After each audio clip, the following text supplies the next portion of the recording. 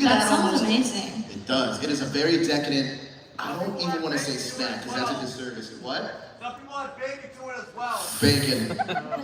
That's a lot. That's a lot. That sounds intense. That sounds like a heart attack on a plate, but Yeah, it's so good. that sounds like cholesterol. It is. Like, It just actually handed is. to you. Yes, that's But like, I love it. days on the treadmill after that. Yeah. Now, a quick Fanexpo question. If you weren't here on the panel with me right now, and if you could be on the floor wearing a cosplay, who would you dress up as? Who would I dress as? As a cosplayer. Huh. Wait, that's a really good question. Okay. If you want, we can come back to it at the end. Yes, I'm gonna think about it. I'm gonna think, because if not, we're just gonna be in silence. For the next 45 minutes, we're just gonna stare. You know what I mean? Let's talk about Logan, because I feel that movie's incredible. I just recently watched it, and it has so much tone of like an old school Western that I absolutely love. You were just a kid though. You had this feral, claw-wielding badass that you played with Hugh Jackman. Talk to me about your favorite behind-the-scenes memory working with you on the film. Honestly, every time I get asked this, I never have an answer because the whole experience was so lovely with Hugh. He was honestly like a dad to me. His daughter is around my age, so I would like always have sleepovers at their house. He took me to the water park. He took me to an amusement park. We'd have like play day. He's such a wonderful person. And then on set, he was just so amazing to act with and to work with, and he was just so fun. And also most of the shoot was kind of a road trip. We weren't really in one place. We shot I think across 6 states in America. So the production would rent out whole hotels for the crew, so we'd all just hang out and road trip together. So it was just such a special experience. X-23 started in the X-Men Evolution animated series. Is that right? Am I saying? Mm-hmm. All right. So did you go back and watch any of X-23's animated first appearance at all? I watched the first appearance. I couldn't find much more because I found that on YouTube, but I read all the comic books. I actually found all the comic books in this really cool vintage comic book store in New York the day of my screen test. It was in front, it was in front of the hotel, and I didn't know who I was auditioning for because they weren't telling me what character it was. They were just sort of it must have fight skills, speak Spanish and English, and you're doing your scene with Hugh Jackman. But they weren't telling me who it was, and then this sort of comic book store was in front of the hotel, and my mum and I went in, and the first comic book on the stack was Laura Kinney comic book, and we were my mum was I think that's the character, because But you had no idea. No, I guessed. So then that day, to the person at the comic book store, we were give us all the Laura Kinney comic books. And then I just sort of studied all night before my chem read. And then the next day, I came in with information that I was guessing. It could have been completely wrong and I wouldn't have gotten the job. But luckily, I was right. And then I had that much more knowledge than someone who hadn't walked into that comic book store because they hadn't told us. That's amazing. That's incredible how that works out. So I did meet you one time before, and I have a fun story to share with you guys. Oh no. So I did the Acolyte junket back in LA. What did I say? No, you didn't say anything to me. And actually, you didn't say anything to me. It was my friend Brandon Davis. He's one of my best friends. Him. Yes. Legend. He went in before me, and he was like, yeah, I asked Dafne if she was in Deadpool Wolverine, and she said no, so I was gonna ask you too. I was like, oh, I'm not even gonna ask. And he wanted me to tell you, you straight up lied to him. I lied to so many people. And I was gonna ask you. You don't understand every single interview, because I did a whole press tour. We did London, LA, we did some New York, some people came to Canada. We were all over I was in Madrid at one point. We were everywhere. And I was having dozens of interviews a day, and they'd be so Deadpool and Wolverine, and I had to be I have no idea what you're talking about. Does that ever weigh on you? You get this nervous energy of people lying to you, and at this point now, do you just lie about it and be I don't even care, whatever? I mean, you're kind of lying for a good cause. Sure. Because I feel it's sort of a lose-lose in my position. Because if I tell you I'm in it, then you're upset because I've spoiled it for you. So you're gonna hate me anyway, so it's just better if I lie and then at least you enjoy your movie theater experience. That's true. I totally respect that. Yeah? Totally respect that. Now that we're friends though, I gotta ask you, are you in Avengers Doomsday? I actually have no idea. Legitimately. I swear to you. And then a year from now, we're gonna do the same panel. No, a year from now, you're gonna watch Avengers Doomsday and you'll be oh, she had no idea. I literally, right now, I have no idea. I have not heard. no idea what's happening. I do like how you clarified and said right now, though. Well, yeah, right Who now. knows? It's still shooting. I think it's shooting as we're speaking. Yeah, So who knows? yeah. All right, so when you did get to reprise your role as Laura Yes. for Deadpool Wolverine, how early in the process did you know you were coming back? Like, were they already shooting and then they brought you in, or did you know prior to that? No, they were prepping, but it was like pretty like soon before they were filming. It was, I think I got told in like February of 23, and then I was filming in like June. Oh wow. So I remember I went in and I didn't know anything, and then I went into my first costume fitting, and they have like the design wall with all the like costumes and stuff, and they weren't giving me a script, they weren't telling me who was in it. I'd just been on a FaceTime with Sean Levy, and he'd been like, no, you're working with some pretty big people, and I was like, whatever. And then I walked into this costume fitting, and the wall was like plastered with like Chris Evans, Jennifer Garner, Channing Tatum. I was like, fucking hell. What am I doing here? That's incredible. Yeah. So, obviously you didn't know much, but as you got through the process, did you start learning more about what the character was going to be doing, not just in that film, but maybe in the future?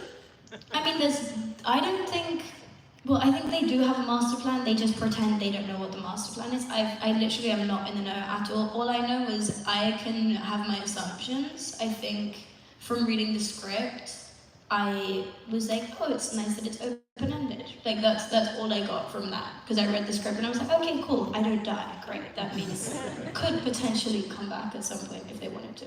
We saw Laura back with the sunglasses. Yeah. Whose choice was that? Was that yours, or was that like... That was Sean and Ryan's. Really? It was in the script, yeah. Oh, that's amazing. That's incredible.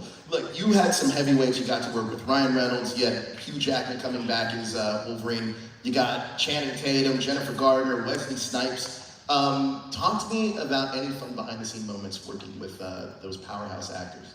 Oh, it was the best. We actually had the best time on set. Because also everyone was so excited to come back. Because I think what was so fun about the concept of The Void was that we kind of all had felt like we'd been in The Void as like actors. We'd been like waiting to be called back. And Channing, like all the jokes that Channing was like, oh, I have no idea how long I've been in here for. Because he, like, for years he'd been trying to get Gambit off the ground, and Jen hadn't been Elektra in longer than I've been alive. Like, I think genuinely, I think the last time she played Elektra was like in the early 2000s. I was born I think it was like 2003 or something. Yeah, I was born in 05, so she was like... I'm gonna get off the stage. So she was literally like, wait, how old are you? And I was like, oh, I think I was like 18 when we met. And she was like, oh, I haven't played Elektra in longer than you've been living. And I was like, oh, that's crazy. And then for me, it had been like 8 years. And I thought, because also with the like Fox and Disney merger, I thought that was like dead. And I think most of us thought it was dead. So we were just all really excited to be there. So every day on set was really fun because we were all just so happy. I know that when you did X-23 Laura back at Logan, you were obviously still a kid. Yeah. And some time had passed. How has your relationship with the character changed between then and then when you got to Deadpool Wolverine? I think weirdly it didn't really change. I was just sort of more excited because she means so much to me. I think she means so much to me because I've seen how much she means to the fans. And for me also, she's my first like big job I did, and she's the most fun I've ever had like on camera, I think. And it was really exciting to get back, and I thought my relationship with her would have shifted. I sound like a psychotic person being like her in the third person. I'm aware of this, I'm sorry. But I think it was really special, and I think that when I came back to doing it, I was really worried that I wasn't going to be as good as I was when I was 11, because I was this sort of like kind of carelessness and this lack of conscience, and I was just sort of doing what felt instinctual to me. And I was really worried that I would have lost that through like growing up. But it was really weird because as soon as I went into stunt training, that's like how I accessed it. As soon as I put the claws back on and they were like, this is your routine, I was immediately back in it, and I was like, well, I wasn't worried anymore. Well, you crushed it, and I'm not gonna lie, since you told Brandon you weren't in the movie, I just didn't expect to see you. So when you popped up, you know, I was pretty excited. I want to talk about Lyra from His Dark Materials real quick. One of the most beloved literary characters of all time. What was your way into the character? The books. I read the books I think I've read every book at least like 4 times. I'm a huge fan of the books. I think Philip Pullman is an amazing author. And also, I think my castmates were really amazing. I think working with Lewin, who played Roger, was amazing. Working with Lynn, who played Lee. Working with Amir, who played Will. Like, we just had an amazing time. And James, who played Asriel, and Ruth. Like, we just had it's so amazing when you get to work with so many, like, powerhouse actors who are just sort of bought in. And the world building was incredible. Like, our set design, we didn't ever feel like we were on a set. Like, they built the whole of Cittàgazze, which was like this sort of Italian adjacent city, in the backlot. It was a whole city. I got lost in it a few times, and like you'd go in, and it wasn't just like. That was all practical? Yes, they built a city. It was insane. And you'd walk in, and it wasn't just like facades. It was like shops and homes with bed. Like, it was completely like you could shoot from anywhere, and it would be believable. So I think that just made it like that much more tangible and easy to interact with. That's incredible. Yeah. What do you think, looking back now, what do you think Lyra taught you about courage, curiosity, and yourself? So much. Also, I quite literally grew up with her. Like, she was someone who I was very consistently playing. I started auditioning for her when I was 11, and the last episode of Dark Materials aired when I was about to turn 18. So she was with me for a very, very long time. So I learned a lot, and I think I learned a lot about advocating for yourself, particularly. I think especially in the industry that I work in, it's very easy as an actor, and particularly as a woman, to want to like sort of appease and be as easy as possible. And I think playing her really taught me that you don't have to do that if something's uncomfortable to you. You should just like speak. I love that. Now, yes, let's hear it for that. That's amazing. I think that Lyra and Will are the emotional heart of the show. Can you talk to me about any of the behind-the-scenes fun stories working with Amir? First of all, I love Amir. Amir and I were so tight. We were neighbours. We would hang out every day. We'd go for walks to bond with each other. Which at one point we weren't even bonding anymore. I was like, motherfucker, we've known each other for 4 years. There's no more bonding to be done. But Amir's just like such a funny, like just spontaneous soul. We went swimming in the river in the park, which like you shouldn't be swimming in like a public river in a park in the UK. That's like not something you do. And we were like, okay, let's go swimming. Like we just had the best time. Yeah, honestly, he's just like a good friend of mine. It's so weird when people are like, well, what's the story? I have so many. Also, a lot of them I don't know if I should be telling.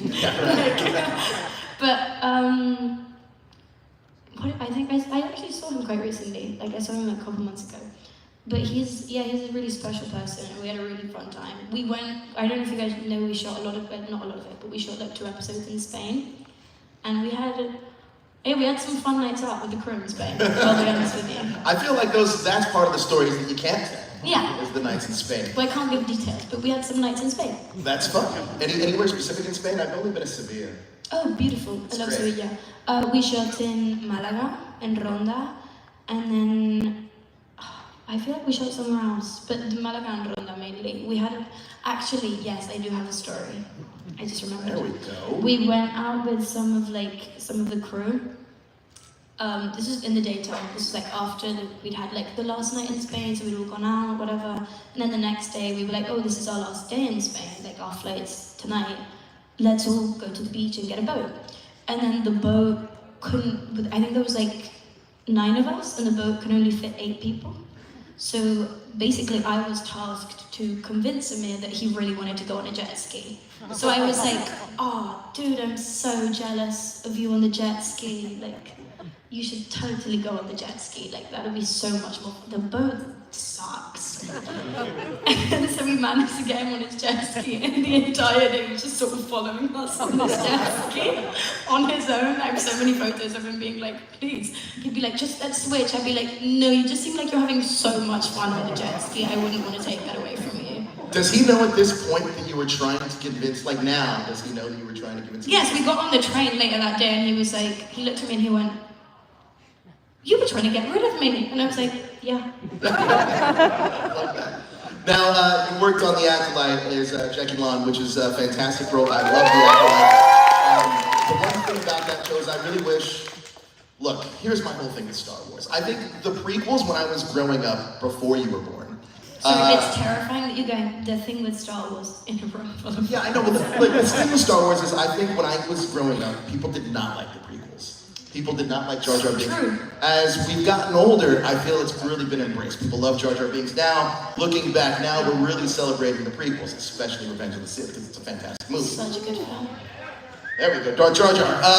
But now I feel that like with Star Wars in particular, certain things there's full stories told for us to appreciate them later on down the line. Yeah. And I think that Acolyte was gonna be one of those things. Because I think it came out, it hit hard, the action was amazing, the characters were great. And I wish that it got a chance to tell its full story. So with that being said, do you see a world in which you would return to that role? I mean, I would love to. I had the best time on Star Wars. Also, I'm a huge Star Wars fan myself, so I just couldn't really believe I was on that set, just in general. What was your pinch me moment when you first got on set to realize, okay, I'm actually here, I'm on a Star Wars thing? Well, I think as soon as I didn't even have to step on set when I went into because the prep days were crazy. We would do 4 hours of saber training, which just basically entailed me and Manny whacking each other with sticks before we were allowed to use sabers. And then we had these things called force training, they were these sessions where you just we'd have this session with this very wonderful woman who coached us into how our character would specifically wield the force for themselves. And I think that was just so jarring to me. I was like, I can't believe I'm having force training. I called my dad's a huge Star Wars fan. I called him and he was like, oh, what's your day looking like? I was like, I'm on my way to force training. And then my first costume fitting where I tried on the full High Republic Jedi robes, when I got handed my first saber, it was just the whole time I was just fangirling. And then I never got to say may the force be with you, but when I heard the first person say it around me, I was like, oh my god. Manny also, I just talked to Manny last week in Chicago. Oh, the best. He told me that a lot of the sets you guys actually did use the volume, they were practical sets. Yeah. And it made you feel like you were in the world. Can you talk about that? Yeah, Leslie, who created the show, is a huge Star Wars fan herself, and she wanted it to feel as authentically Star Wars as possible. And in the first Star Wars, it was all hand painted, because obviously the VFX wasn't good back then. And also because of the time, volume didn't really exist. Green screen was not advanced. It was all very much practical, and she wanted it to have that kind of tactile feeling. So she put all of her main focus on set design and costume design, and even the character design for me, which was an alien, in not using VFX, so using VFX as little as possible. Even within our fights, it's not retouched at all. It was all us doing it, and the stunts would come and fill in whenever they needed to. But it was amazing, and it did completely change your performance, because those scenes that we had to do in the forest, me and Manny were fighting on gravel with twigs, and that does change the way you move, because you're not just on a flat sort of stunt friendly surface. Can you talk about the stunt training? Because I noticed in that show specifically, the action for Star Wars was next level. Thank you. So talk to me about the stunt training specifically for this show. It was really intense. I think we were all very passionate about us wanting that to be a huge part of it. Manny's a dancer, so Manny is physically one of the most impressive actors I've ever met in my entire life.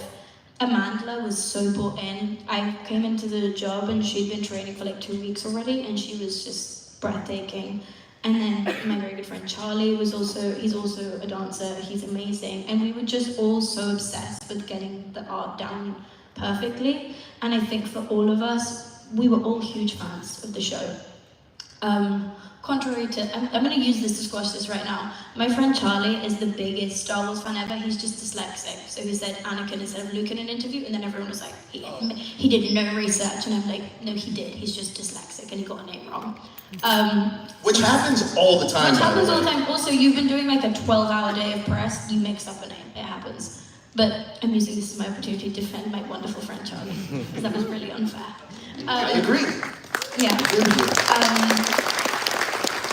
But stunt training wise, we were doing 4 hours a day of saber training. For me particularly, I was also doing boxing because I had the fist fight with May, and a lot of it was just me and Manny.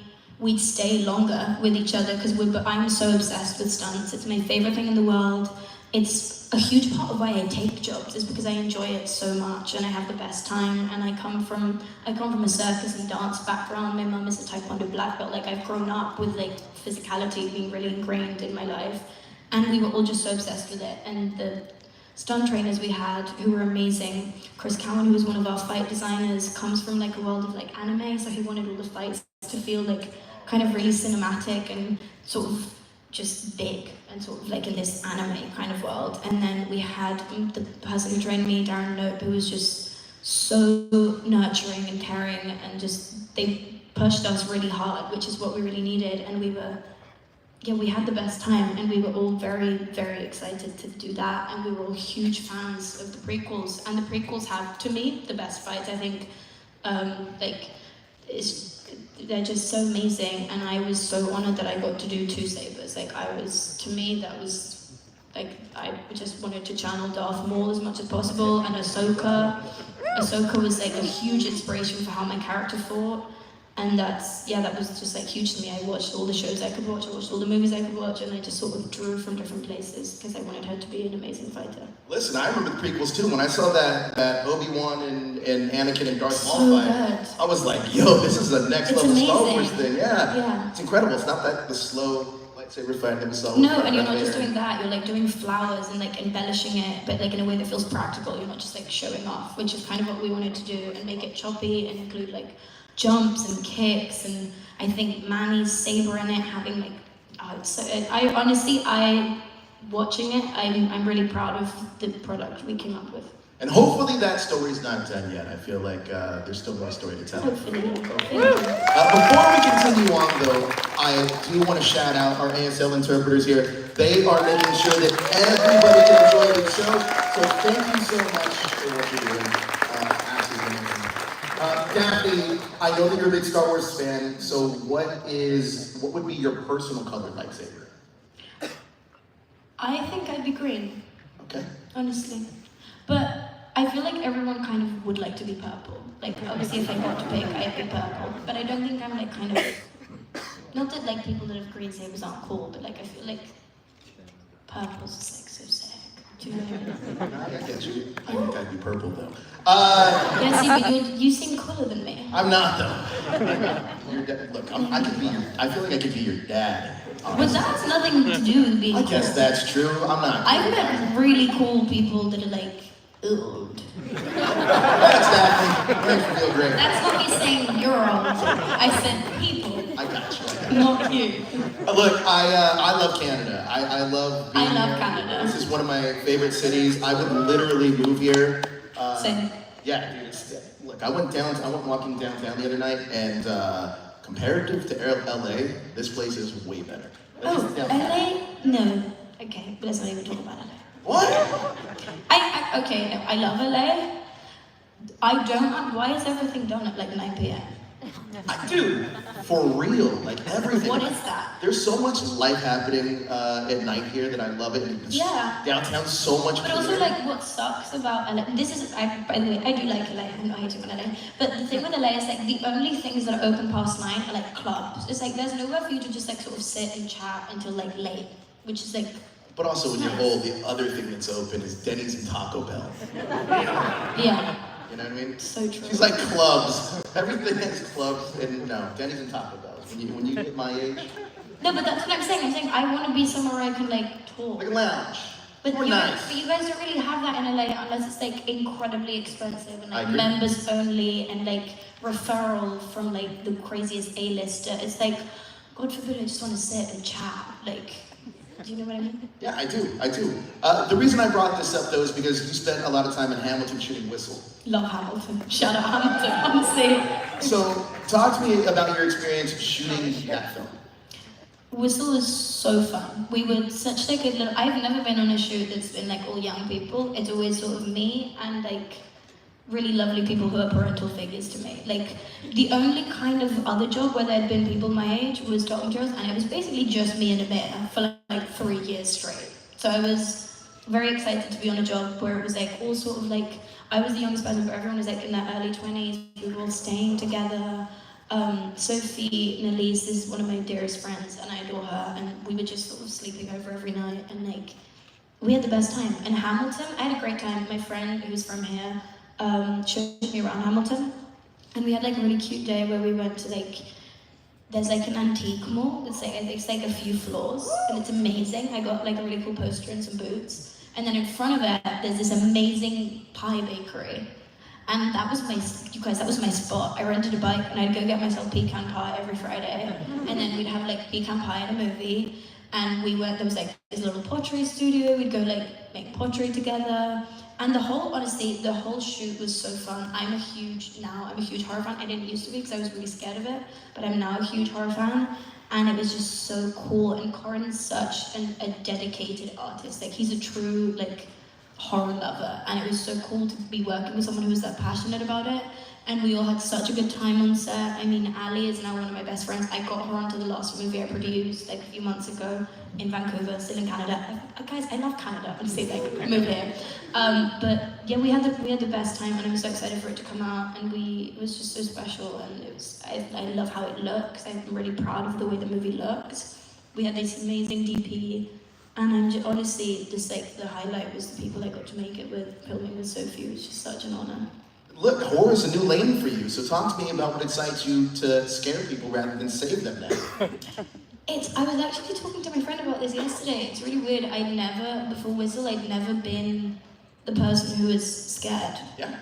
I'd always been like the scary person. And it was a shift. Like there's this one scene in Whistle that you'll see where I have to kick someone.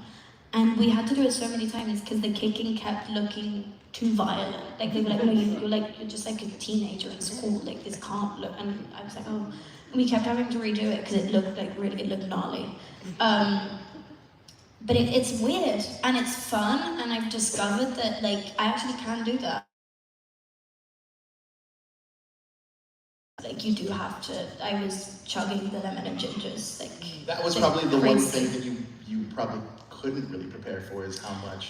No, and I think doing horror is incredibly physical in a way that I didn't expect, because I was like, oh, I've done like stunt heavy movies, like I'm ready for this. You're not, because it's like you're not putting your body through like athletic trauma, but you're putting it through like actual trauma, because you're like screaming and crying and crawling and sweating, and you're like in prosthetic. Like it takes an incredible like toll on your body because we were doing a lot of like 18, 19-hour days, and there would be like 18, 19-hour days in like January in Toronto. Who's from Toronto here? Yeah. Do you guys know the Hearn? Do you know what the Hearn is? Yeah. Okay, so we were shooting in the Hearn. Not fun. I don't recommend the Hearn. The Hearn. What is that? The Hearn is like basically this abandoned factory that's just like concrete and metal, and it's like leaking and it's full of holes, and it's not cute. It's not cute. But we were shooting there night shoots for like 19 hours, freezing cold concrete, minus however many degrees in January, screaming, crying. Like it was intense. It was a fun time though. So The Whistle, for those of you that may not know, is this more of a jump scare movie or a horror movie that's going to stick with you after you leave the theaters? Or both? I think a bit of both. I think it's so fantastical that it's not kind of like as psychological, I'd say, as like, for example, Hereditary is, because that like really sticks with you. But it kind of is because the concept is, basically it's about death. So like, if death freaks you out, then it's probably something that will stick with you. But there are some jump scares. I would say it's more so gore. Like it's more so like you watch it and it's like a bit. Let's switch over to Night Comes, because you shot that in Vancouver. Yes. And that is a survival thriller. Yes, it is. What's tougher, surviving the wilderness or surviving Marvel spoilers? Marvel spoilers. For sure. But talking to me about shooting in Vancouver, how did the wilderness affect your performance? Because you were shooting like actually in the wilderness. Yeah, and we were on location. We had, I think, like 3 studio days. Wow. Yeah, it was the best. I completely fell in love with the nature up there. I mean, they have the most gorgeous mountains and ocean. But mainly I fell in love with Samantha Lorraine, who plays my little sister, and she's the most magical, whimsical, talented young woman I've ever met. And she does feel like my little sister. We lived together in a cabin out for a couple weeks, and I was seeing her every day, and we had the amazing Jay Hernandez directing it, and it Again, I think I particularly love when I get to film in spaces that, I've said this word so many times today, tangible, because it makes your performance that much more grounded and real, and it's a layer that you get to forget about. If you're working a green screen, you're kind of having to remember your environment, whereas like when you're filming, for example, in our case, we filmed a lot in the mountains, in the forest, on the beaches, you're not having to think about, oh, let me remember that I'm like on a beach. You're actually on the beach and you don't have to think about that. So I think it does really help you, and I think it adds that much more visually to the film, because it's so, I mean, Canadian nature is so beautiful that it sort of has this amazing backdrop to this sort of kind of like eerie, horrific film that we made. That is incredible. That's incredible. I want to talk to you about Percy Jackson and his image.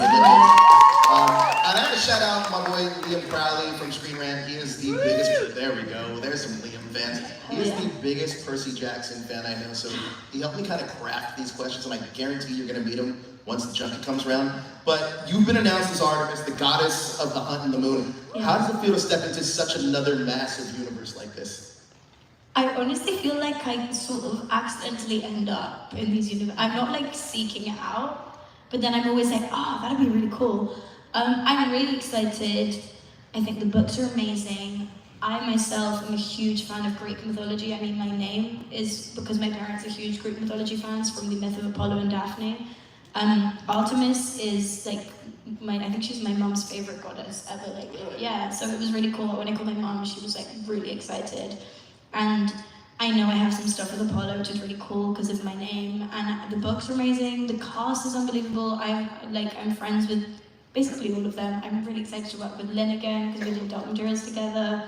I've known Walker, I know Dior, I know Charlie, I know Leah. Like, I've known all of them. So it's really nice that I get to just go there and just kind of work with these amazing people. And I'm really excited to work with Sarah, who seems lovely. We've been messaging. I can't wait to meet her. And I'm really excited about the character. I think it's a completely different thing to what I've done before, but it still feels like comfortable to me because she's quite physical, and I feel like I find a comfort in that. Look, you are far and away the youngest Olympian god compared to the other cast members. I feel like this is a reoccurring theme. How does it feel to carry that different energy to this cast? Weirdly, I don't feel like I'm carrying that different energy because I'm going to be doing most of my stuff with the kids. Oh, really? I mean, I think so, according to the books. I legitimately haven't read any scripts yet, you guys. Like, I haven't received it yet. I think this just literally got announced over the weekend. No, the day before I came. Oh, really? Yeah. Wow. And I shouldn't be saying this. I fly there tomorrow to film. Like, really? I'll get the script when I get out there. Time out. You're gonna start filming tomorrow. You don't have scripts yet? I mean, I haven't seen them, no. They definitely have scripts. They've been filming. They just will not send them to you before you get there. I don't believe so, no. Although I am chaotic, I might have them in my email inbox and I just haven't seen it. So. Have you talked to Rick yet, the creator yet, about? No, I haven't. Wow. I've spoken to Dan though, and he was amazing. I had a lovely little meeting with everyone, and I'm really excited. I'm really excited to figure out what she kind of looks like in this universe, and I feel really honored, and I am actually really, really excited to get there. That's incredible. That's awesome. We do have some pre-submitted fan questions for you that I'm going to ask you. Actually, this is a fun one that I think. Fans have already fan cast you in James Gunn's DCU. Do you know this? Maybe. Do you know which characters, out of curiosity? I think I've seen some, like, fan edits and stuff. Okay, I'm gonna name 4 characters that kept popping up, and I want you to cheer for which one you think fits the best, okay? Hell yeah. So these 4, Zatanna. Okay. Donna Troy. Jessica Cruz, Green Lantern. Okay, one person, there we go. Love it. And the Huntress. Okay, well, I think we know which one's the favorite. I think we know which one's the favorite. Now, do you have a preference of which one you would like to appear as if you had a choice in the James Gunn? Well, I feel like the people have spoken. The people have spoken. The people have spoken, but Daphne, what do you say? I agree with the people. Okay. The people and I happen to be in agreement. Huntress it is. Okay. Huntress it is. So if you could take one of your characters in battle with you, Laura, Lyra, Jackie, or Artemis, who do you trust to have your back and why? I feel like Artemis. That's a good answer. I feel like she's a god. Like, she also, shout out, she can bring some big dogs with her. Like, she'll God. She's a god. Do you know what I mean? Yeah. Like, I feel like Laura would have my back, but also Laura's like, I feel like Laura could be a little bit flaky. What? Well, no, actually, no, she's not flaky. But I just feel like she's kind of, she's a little bit wild. She's definitely a little bit wild. But yeah, That's so true. I feel like she like, in the face of, actually no, that's a lie, she's a very loyal teammate. But I do feel like Artemis holds more team weight because she could just be like, shout out Zeus, like, come over here. Do you know what I mean? Sure. Whereas like, I think Lyra would add to the equation, but also like, she's not the best fighter. Yeah, but Yeah. I feel like she gets the job done. Jackie unfortunately RIP, so I don't think she can do much in this situation. But that's the one great thing about Star Wars, though, is because They do come back. yeah, like look, we started telling the stories out of order. Like we started at episode 4. True, so true. You know what I mean? So Yeah. all right, so you've let's see. All right, how do you approach characters that are so different from yourself, like a feral mutant child and a Jedi Padawan? I think I always try to find the essence within them, and I try to find the similarities. I read this thing about acting when I was quite young, which was you are you and your circumstances, and I think that's a really wonderful way of approaching a character, because we're kind of all the same, we just have different circumstances. So I think trying to prepare for a character is understanding their circumstances and getting to know their story and getting to know how they've been brought up and what traumas they might have had from that, and also finding something that makes them them, something that makes them click, finding what they love, what hurts them. And I think a lot of that is just prep. It's finding what the story is. And for me, again, I'm a very physical person. I think finding the way they move, the way they fight, in the case of like a stunt heavy character, the way they walk, the way they talk, you just find it in a way that doesn't, to me, I don't want to play someone who's too much of like a caricature, because then that separates me from it in a way that I can't really empathize with, but still making it not me, because I don't want ever anyone to watch something and be like, oh, that's just Daphne being Daphne. I want it to feel like a character. And I think for Jackie, a lot of the inspiration was Ahsoka, it was Obi-Wan, it was all of that kind of universe, so she couldn't be that sort of feral character that I was playing in Wolverine and Logan and stuff. Yeah. Now, you've worked in multiple languages throughout your career. How does the acting process differ when performing Spanish versus English? I've done much more in English, to be honest with you, but I love acting in Spanish. Spanish is my first language, so it feels kind of very natural in a way. And I like that I haven't done that much in Spanish, but I always feel very honored whenever a director is like, oh, do you want to say something in Spanish? Like, for example, in Deadpool, the original scene that was where I say adios pendejo, it wasn't that. It was a completely different line in English. And then Sean came up to me and he was like, I don't think this works. What do you think she'd say? And I was like, I think she'd say something in Spanish. And then he just sort of let me do my thing. He was like, well, what do you want to do? And I was like, I gave him a few things, and then he sort of picked a favorite option in Spanish, and then we sort of went with that. And there's something really fun to me about getting to act in my language. Incredible. Now, beyond Whistle and Night Comes, what types of roles or genres are you hoping to explore that you haven't had the opportunity to tackle yet? A musical. I would love to do a musical. Yeah? Yeah. I feel like that would be fun. I can like try to follow in Hugh's footsteps, although I would never come even close, because he's the most talented person. He's like kind of absurd.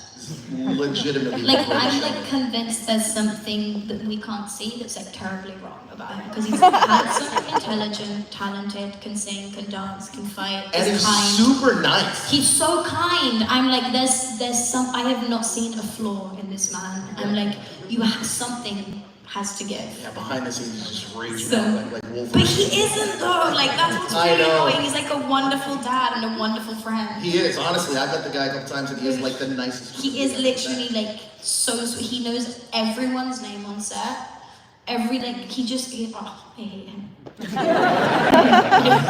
Look, Canada, thank you so much for joining us this afternoon. Daphne, you've been amazing. Let's give it up for Dafne Keen, everybody. Thank you guys for coming out.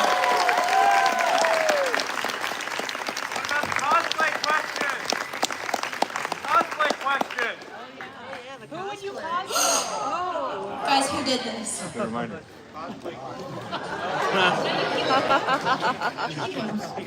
Whoever did this, you have my heart. I'm just saying. Who was it? Oh, I was about to like. I was a photographer.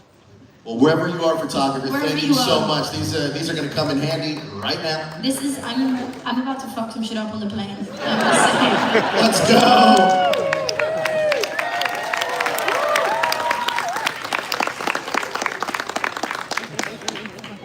They're like, thumbs up.